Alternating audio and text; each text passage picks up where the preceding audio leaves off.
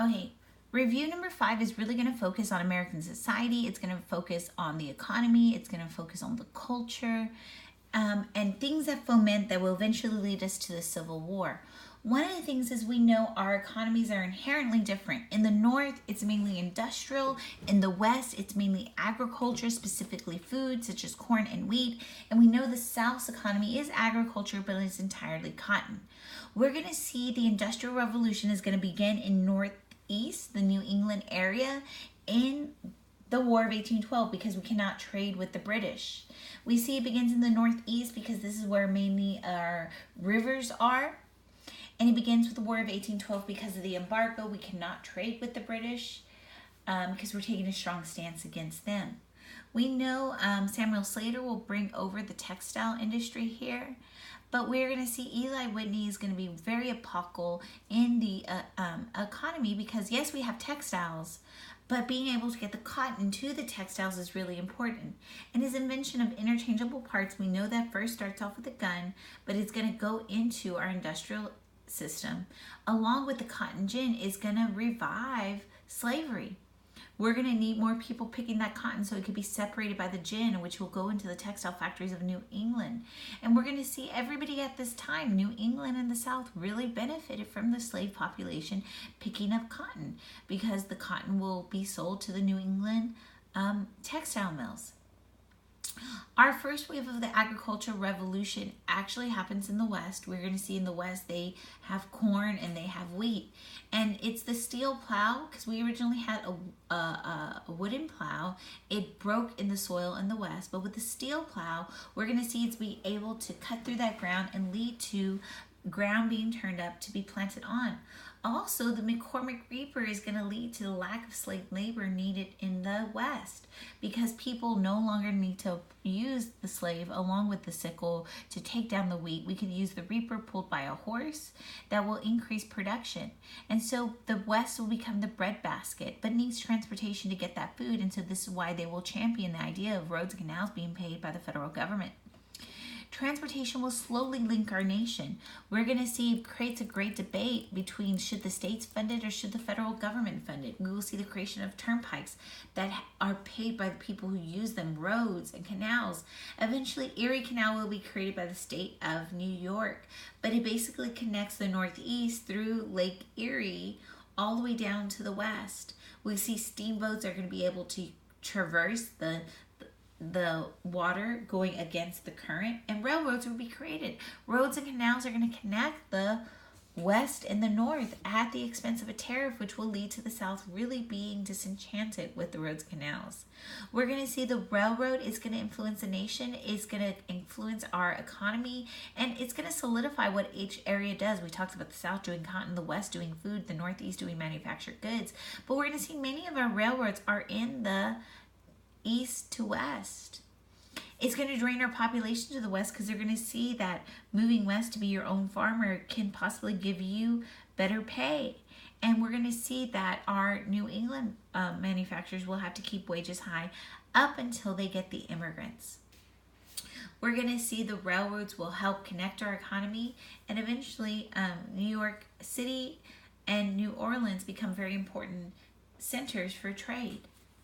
Again, I had talked about our population draining to the West because of cheap land out there and the roads and canals, and industrial employers had to keep wages pretty high. Before I get to immigrants, I'm going to talk about the little Massachusetts girls. Because of our population draining west, the textile mills are originally going to rely on females as laborers. They're going to rely on females to work in the textile mills. And a lot of these females are working there because their father's farms are not doing well because of the Western farmer. And so these girls are actually trying to make their dowry. This is the beginning of wage slaves, but these girls, again, they're working for their dowry. They're going to get refinement here. They're going to have churches here. They're going to go to church. They're going to have their prayers. They're going to have schooling, because once these girls make these dowries, they will eventually contribute to their family, and eventually when they have enough, they will be married off. We're going to see with the advent of immigrants coming in and their cheaper labor, the low Massachusetts girls will go away, and we're going to see factories will rely on our older immigrants, which are the Irish and the Germans. The Irish actually have money and move west. The Germans actually have money and move west, and we're going to see our Irish are going to be the ones who work in the factories as our cheap labor. We know the Irish come because of famine and problems there. We know the Germans come of political upheaval. We're going to see both of them will contribute to our society. The Irish will provide the industrial labor in the textile mills. The Germans will move west and they'll become our farmers out there. And we're going to see, because of this, we're going to see a wave of xenophobia, angst against the immigrant, known as nativism. We see that places will apply no Irish need apply. Eventually, the Know Nothing Party will form because they dislike the immigrants, lowering wages. And we see this repetitive trend that, yes, this is the 1820s, but we will see it in the 1920s and eventually in 2020, this hatred against the immigrant. We're going to see social reform take off in this time period. A lot of it stems from the Second Great Awakening, and I have notes down here about the Second Great Awakening. It is a religious revival, and I talked about every 100 years we have religious revivals. We saw this with the Puritans in the 1630s. We saw this with the First Great Awakening, and those were different because God really held your salvation. In the Second Great Awakening that happens in the 1820s to the 1830s, many of our preachers are having religious revival, and they're saying that Americans can get their salvation by doing good deeds.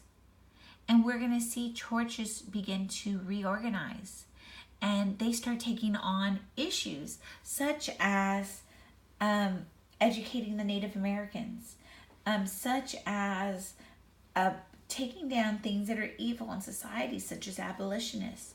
And we're going to see that many people believe that if you take on a reform such as expanding education, helping the poor, that you could get into heaven. Missionaries will go out to educate the Native American. We're going to see the Baptist and Methodist churches form. They gain the most numbers. But when these churches take on the issue of abolitionism, we're going to see our Southern and Northern Baptist churches divide over that issue. Same thing as the Methodists. We're going to see preachers such as Charles Finney start preaching the idea that you could get grace through God by doing good deeds. Other churches will form such as the Mormons, and the Mormons will move to the west because they will start voting in block, and they will be persecuted and eventually wind up in Utah. We're going to see, because of the Second Great Awakening, reform will happen because they want to perfect society. Again, other things are leading into the reform movements, ideas such as transcendentalism, that you could conquer evil and look at it and come up with ideas to fix the problems. The rise of the middle class that will have money to be able to deal with these problems and filter that in. Also, a Jacksonian and Jeffersonian democracy with arming the man with the right to vote will lead to people saying that they should require our government to do things to help those people. We're going to see the Industrial Revolution will lead to people having more time to start reflecting over these ideas. Also, women at this time will become the army of the Second Great Awakening, of the reform movement. And along with them being part of these movements, trying to clean up society, they're going to realize that they don't have the right to be able to ask the government to fix things. And this will eventually lead to them demanding for suffrage. Okay, we know the transcendentalist movement is this whole idea that man can improve oneself. We know that this is in literature such as Emerson and Thoreau, which will eventually lead into the Second Great Awakening, that people feel that they can perfect society, look at things and reform it.